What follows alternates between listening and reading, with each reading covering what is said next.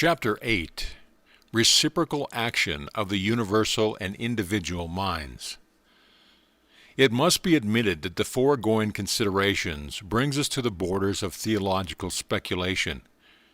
But the student must bear in mind that as a mental scientist, it is his business to regard even the most exalted spiritual phenomena from a purely scientific standpoint, which is that of the working of the universal natural law.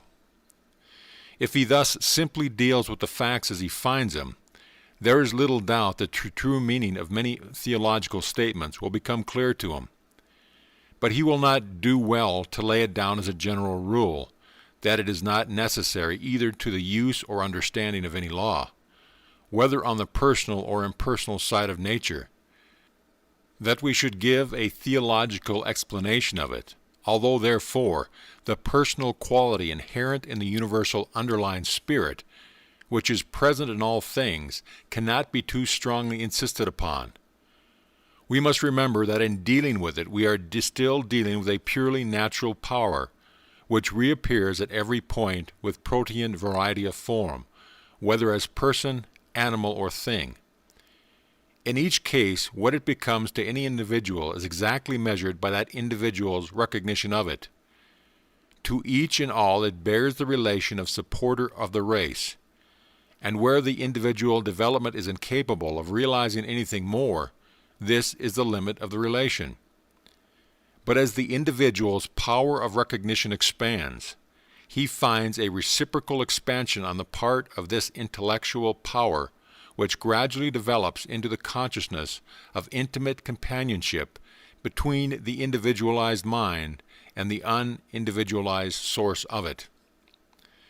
Now this is exactly the relation which, on ordinary scientific principles, we should expect to find between the individual and the cosmic mind, on the supposition that the cosmic mind is subjective mind. And for reasons already given, we can regard it in no other light.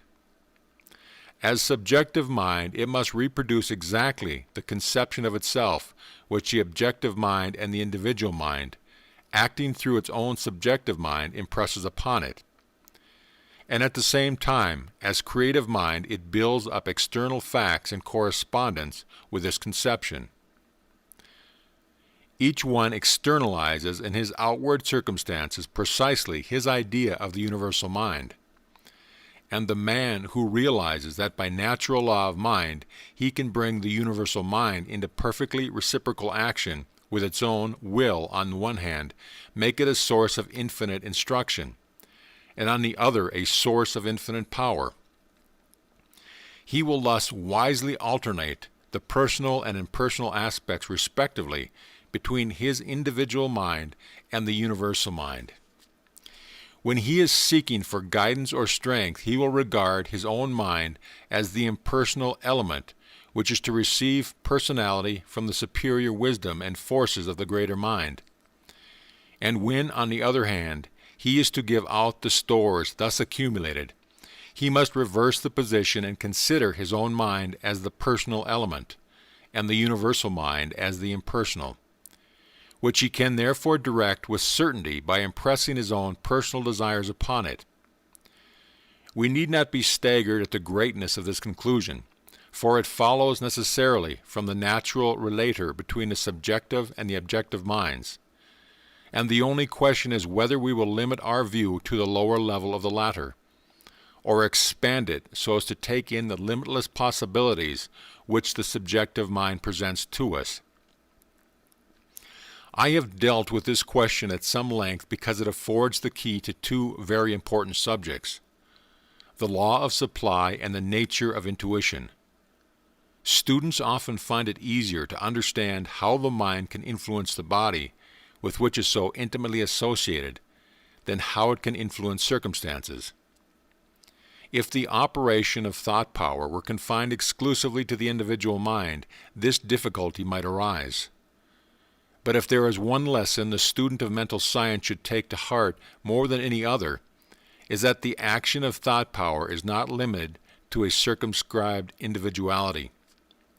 What the individual does is to give direction to something which is unlimited, to call into action a force infinitely greater than his own, which, because it is in itself impersonal, though intelligent, will receive the impress of his personality, and can therefore make its influence felt far beyond the limits which bound the individual's objective perception of the circumstances of which he has to deal.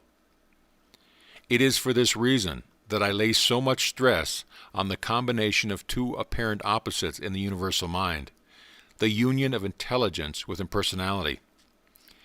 The intelligent not only enables us to receive the impress of our thought, but also causes it to devise exactly the right means for bringing it into accomplishment.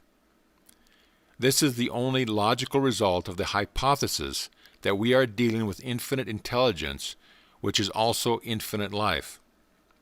Life means power, and infinite life therefore means limitless power, and limitless power moved by limitless intelligence cannot be conceived of as ever stopping short of the accomplishment of its object. Therefore, given the intention on the part of the universal mind, there can be no doubt as to its ultimate accomplishment. Then comes the question of intention. How do we know what the intention of the universal mind may be? Here comes in the element of impersonality. It has no intention because it is impersonal. As I have already said, the universal mind works by a law of averages for the advancement of the race, and is in no way concerned with the particular wishes of the individual. If his wishes are in line with the forward movement of the everlasting principle, there is nowhere in nature any power to restrict him in their fulfillment. If they are opposed to the general forward movement, then they will bring him into collision with it, and it will crush him. From the relation between them, it results that the same principle which shows itself in the individual mind as will becomes in the universal mind a law of tendency, and the direction of this tendency must always be to life-givingness, because the universal mind is the undifferentiated life spirit of the universe. Therefore, in every case, the test is whether our particular intention is in this same lifeward direction, and if it is, then we may be absolutely certain that there is no intention on the part of the universal mind to thwart the intention of our own individual mind. We are dealing with a purely impersonal force, and it will no more oppose us by specific plans of its own than will steam or electricity. Combining them, these two aspects of the universal mind, its utter impersonality and its perfect intelligence, we find precisely the sort of natural force we are in want of, something which will undertake whatever we put into hands without asking questions or bargaining for terms, and which, having undertaken our business, will bring to bear on it intelligence to which the united knowledge of the whole human race is as nothing, and a power equal to this intelligence. I may be using a rough and ready mode of expression, but my object is to bring home to the student the nature of the power he can employ and the method of employing it, and I may therefore state the whole position thus. Your object is not to run the whole cosmos, but to draw particular benefits, physical, mental, moral, or financial, into your own or someone else's life.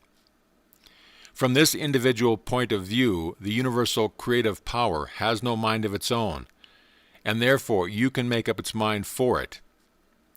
When its mind is thus made up for it, it never abrogates its place as a creative power, but at once sets to work to carry out the purpose for which it has thus been concentrated.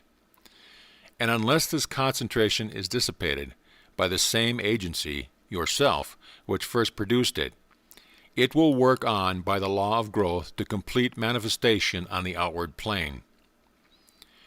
In dealing with this great impersonal intelligence, we are dealing with the infinite, and we must fully realize infinitude as that which touches all points, and if it does, there should be no difficulty in understanding that this intelligence can draw together the means requisite for its purpose, even from the ends of the world, and therefore realizing the law according to which the result can be produced, we must resolutely put aside all questioning as to the specific means which will be employed in any case.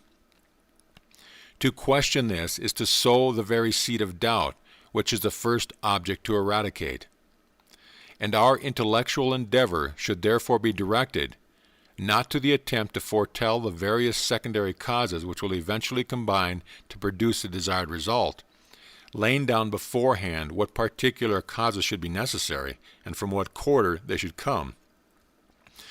But we should direct our intellectual endeavor to see more clearly the rationale of the general law by which trains of secondary cause are set in motion.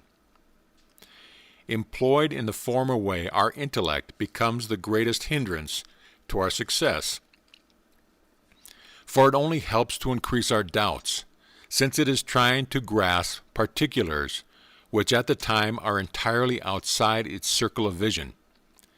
But employed in the latter, it affords the most material aid in maintaining that nucleus without which there is no center from which the principle of growth can assert itself. The intellect can only deduce consequences from facts which it is able to state, and consequently cannot deduce any insurance from facts of whose existence it cannot yet have any knowledge through the medium of the outward senses. But for the same reason it can realize the existence of a law by which the yet unassumed and unmanifested circumstances may be brought into manifestation. Thus used in its right order, the intellect becomes the handmaid of that more interior power within us which manipulates the unseen substance of all things, and which we may call relative first cause. End of chapter.